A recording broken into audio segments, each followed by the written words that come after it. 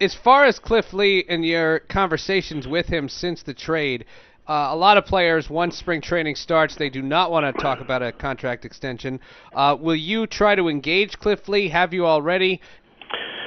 Jimmy, I kind of felt this way about that. This guy, within a 6 month period of time, he's got traded from Cleveland to Philadelphia. He goes from Philadelphia to here. And I just think that he's probably better off just to let the dust settle. And as much as anyone would like to get these things out of the way, this guy's a mature guy. I mean, he's 31 years of age. He's been around before.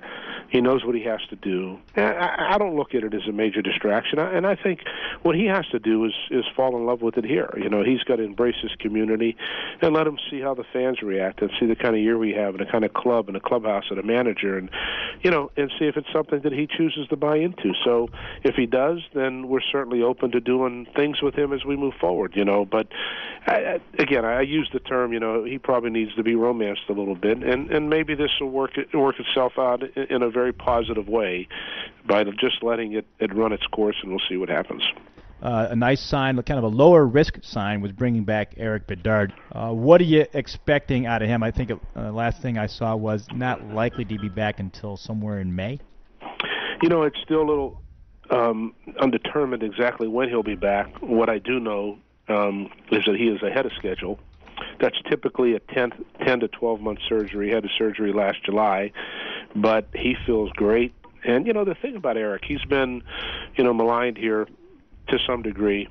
And whenever is from your experience as well, whenever you acquire a player where you've given up 5 players in return and 2 of them have already become all-stars, and one looks like an anchor to a rotation someday, those are tough things for fans to understand. Now, he's had 2 surgeries since he's been here.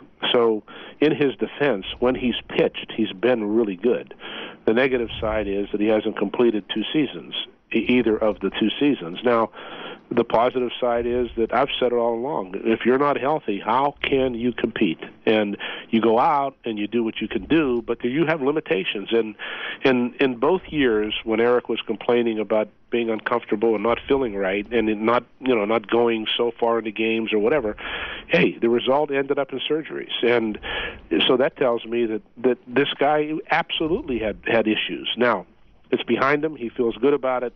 We all know when this guy's healthy, he's a top-of-the-rotation guy. To be able to plug him in somewhere behind the first 2 guys that we've already talked about, Felix and Cliff Lee, I think that makes for a pretty formidable, rotation.